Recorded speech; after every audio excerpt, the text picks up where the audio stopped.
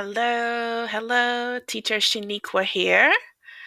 This is my first time doing this, so bear with me. I've been getting a lot of questions about how Kidpass is compared to outschool, and so I'm just kind of share my experience so far, and I'll type it up here as well.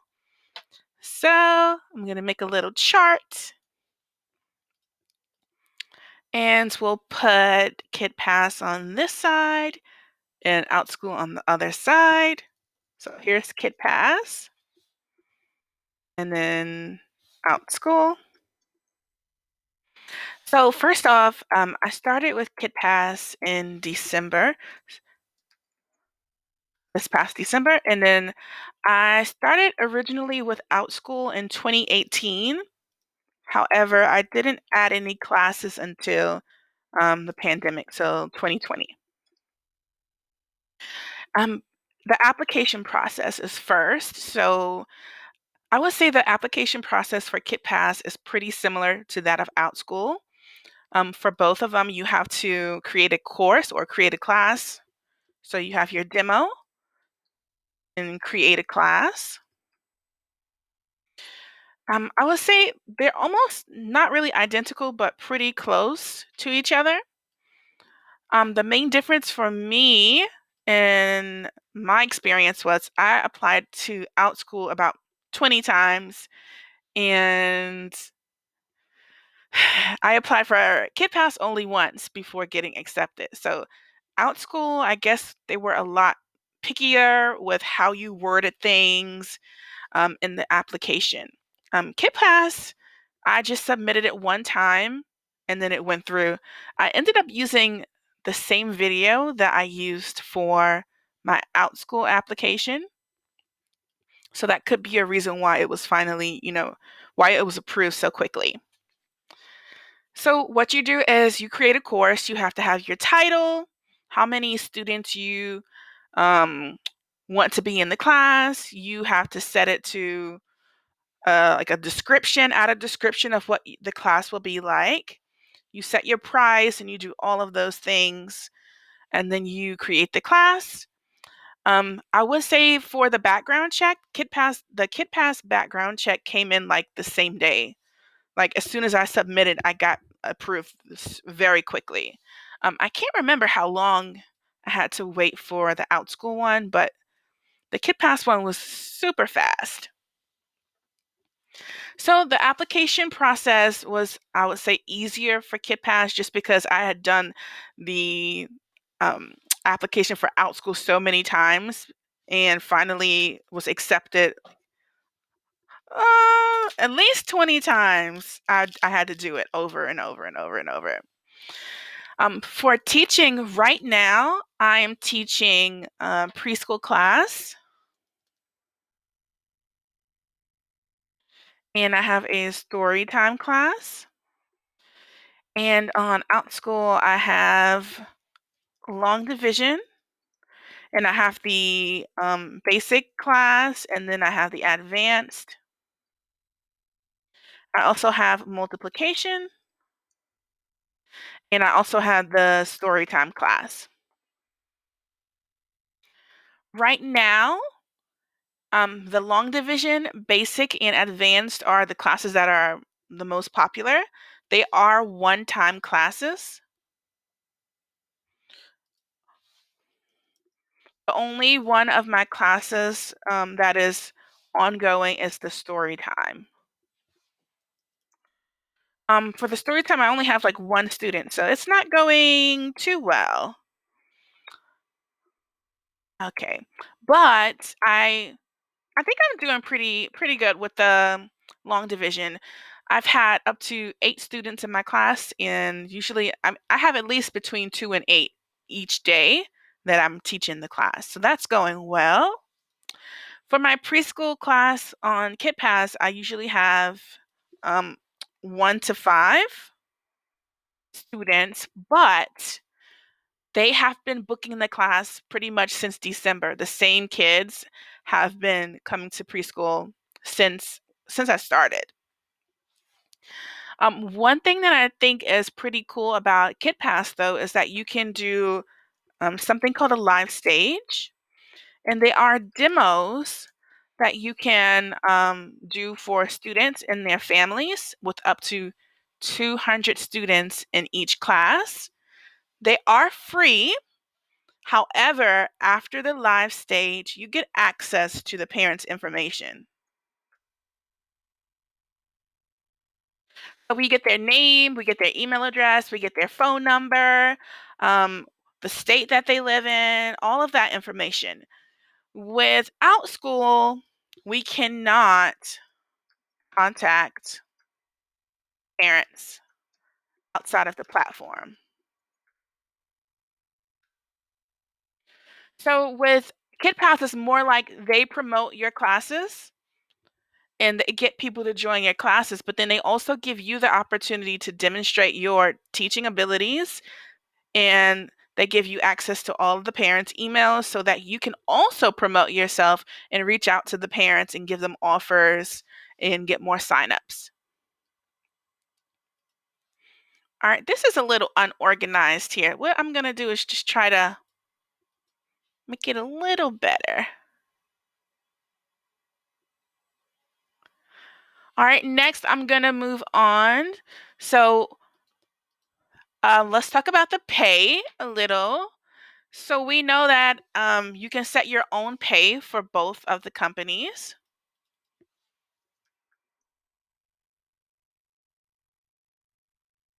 You set your own pay.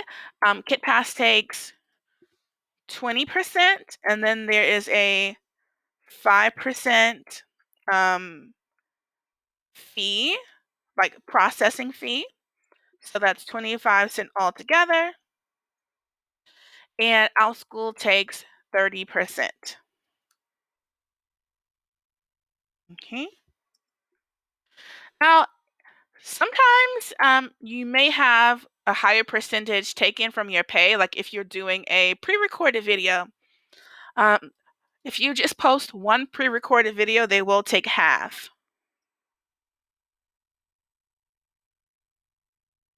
In KidPass.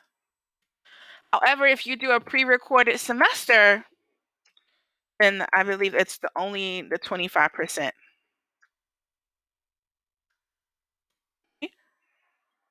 All right, so then let me go on and just jump into the kinds of classes. They're very similar with KidPass and OutSchool. You can do the live class. You can do a pre-recorded class, which is just like you record the class and the videos ahead of time and then you post them. You can do a pre-recorded one time. You can do a pre-recorded semester. You can do a pre-recorded camp with KidPass.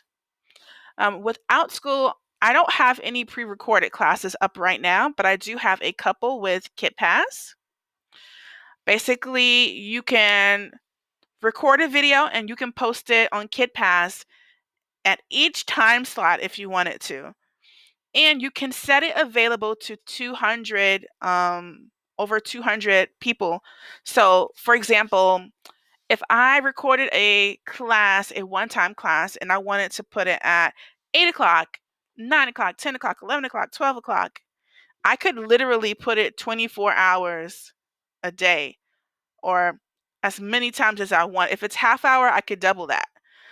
Of course, that would be kind of weird, but then the parents can see and they can join and they can watch it whenever it's convenient to them. So they'll get the link to your video and then they can watch it.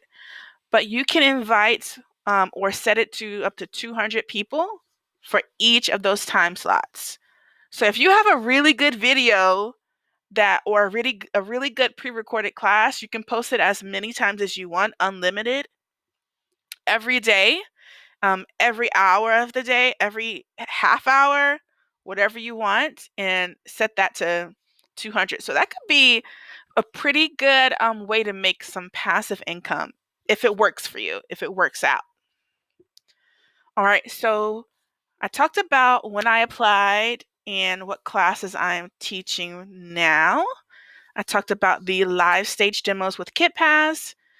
OutSchool does not have the live stage demo or a place where we can um, be able to like interact with the students before they sign up. One cool thing about KidPass is that on top of the fee that you charge, you can also get donations or tips from the parents. So if they like you, or if they sign up at the last minute and they're like, "Oh, I'm so sorry, let me give you a tip," or if they see that you're working hard, or if they've been with you for a long time, they may give you a donation or a tip. I've gotten tips for $20, $2, $5, $10, $15. So it's nice to have that on top of your whatever fee you're getting. I wouldn't say to expect it, but it is nice. It's like a nice little bonus, a nice little surprise when one does come in. Okay. All right, so let's see what I have not talked about yet. I would say, approval for classes. So without school, you can create your class, you submit it for review, and it could take an hour, it could take a day, it could take a couple of days. They may ask you to revise it. You never really know how long it is going to take for your class to be approved. With Kidpass, however, as soon as you submit your class or create it, it's already up, ready to go. There's no waiting. I think that is pretty cool. So if I'm sitting here right now and I create a class right now, it will be approved right now. All right. Let's see. Anything else that I did not mention? Oh, the teaching. So I do both KidPass and OutSchool. They're both on the Zoom platform. There's no difference there. They're both on Zoom. With KidPass, I am able to use a lot of resources, like a lot of games from other platforms. Like I use education.com. They have this um, game called Brainsy, and it goes from like pre-K all the way up to like middle school. And so we play the games, or I follow that curriculum. I'm also able to use things like Epic School or like virtual books.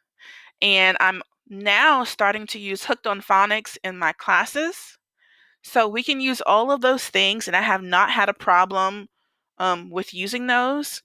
OutSchool, however, I think that if I were to try to use some of those in class, that it could be some copyright issues. And so I've been kind of avoiding doing that, and kind of just sticking to my own lessons.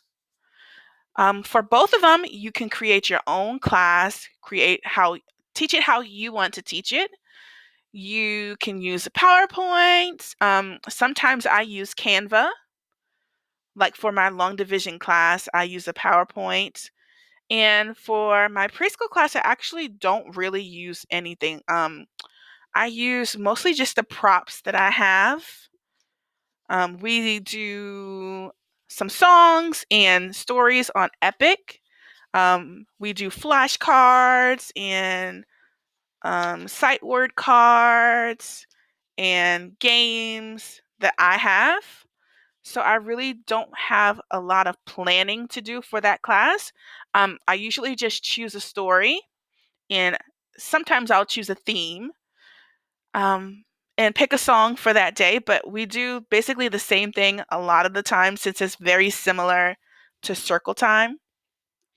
For my outschool long division in math classes, I do not plan. I created a lesson one time, and since they are one time classes, I just teach the same thing over and over again. That has not been an issue. I've had students join my one time classes multiple times over and over and over, just to get more practice. So there's no issues there. Let's see, what else? What else?